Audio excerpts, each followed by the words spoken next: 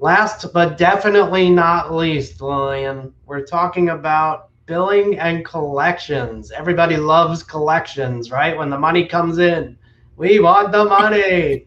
So tell us about what you do to help with billing and collections. Okay. So, what we would like to do, I know that billing is simple, right? As long as we don't miss any codes so that we can get those HEDIS measures met. We do have to do collections. Sometimes we'll miss a modifier, right? That's simple. You bill, you send a corrected claim. Oops, I forgot the modifier. Easy. But then there are some that are denial regions or rejections Uh, that are we don't like those, right? We don't like no, denials and rejections. no, we People, don't want denials and rejections, especially when it's really on our end to fix, and you have a limited time according to your contract, because you have to know your contract. According to your contract, and they're all different, you have a certain appeal time frame, right? So you could have bill the claim, you service the member today, you bill the claim tomorrow electronically, you get a denial in 10 days, just an example.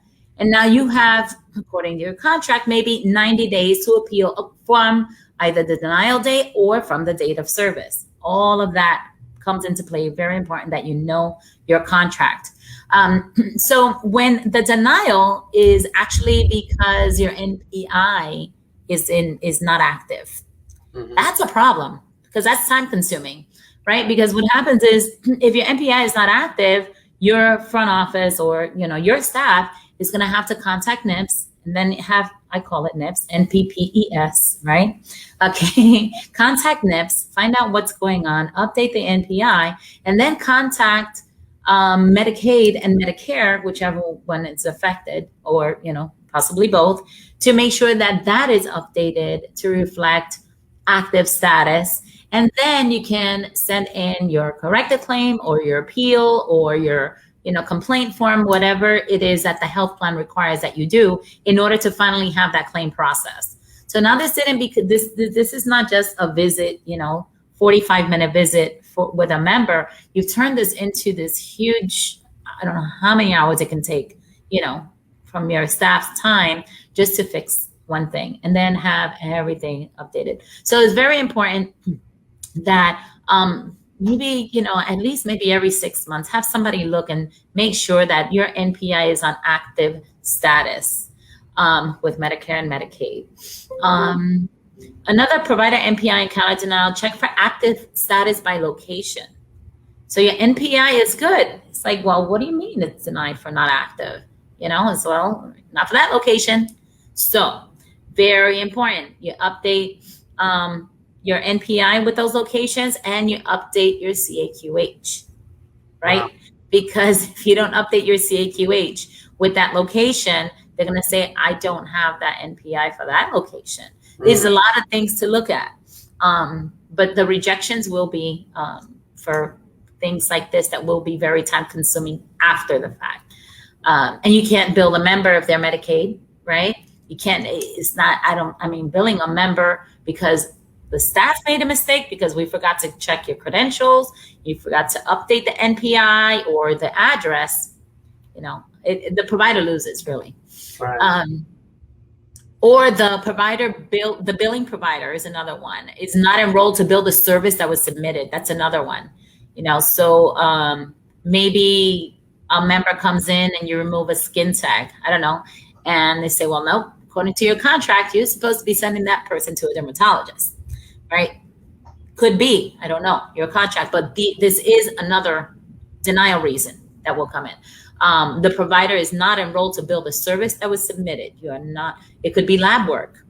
It's like, okay, no, you have to use Quest. You have to use LabCorp. You have to, you cannot do lab services in your office because that's not what we contracted you for. It's not carved out or we didn't, it's just not a part of the contract.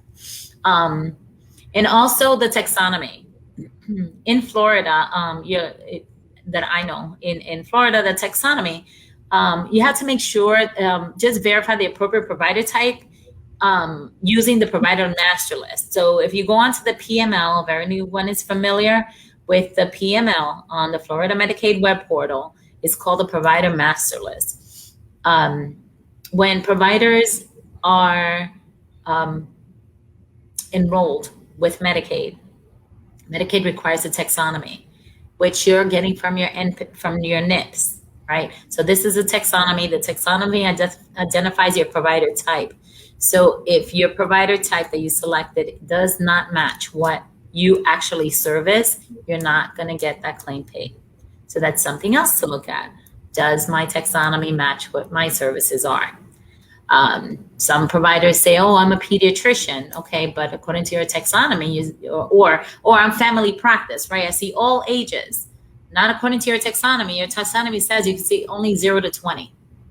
So when you see that 35-year-old, your claim is going to get denied because you're not allowed to see that person according to your taxonomy. So just update your taxonomy. But these are things to, very important, very time consuming. This is something you want to check in the beginning and not at the end when your claims start denying or rejecting. If the health plans don't get paid, they're not going to pay you, or they'll pay you and then they'll have to audit and take the money back. Things to think about. You want to keep your practice growing, and so I hope all these points have been good and helpful.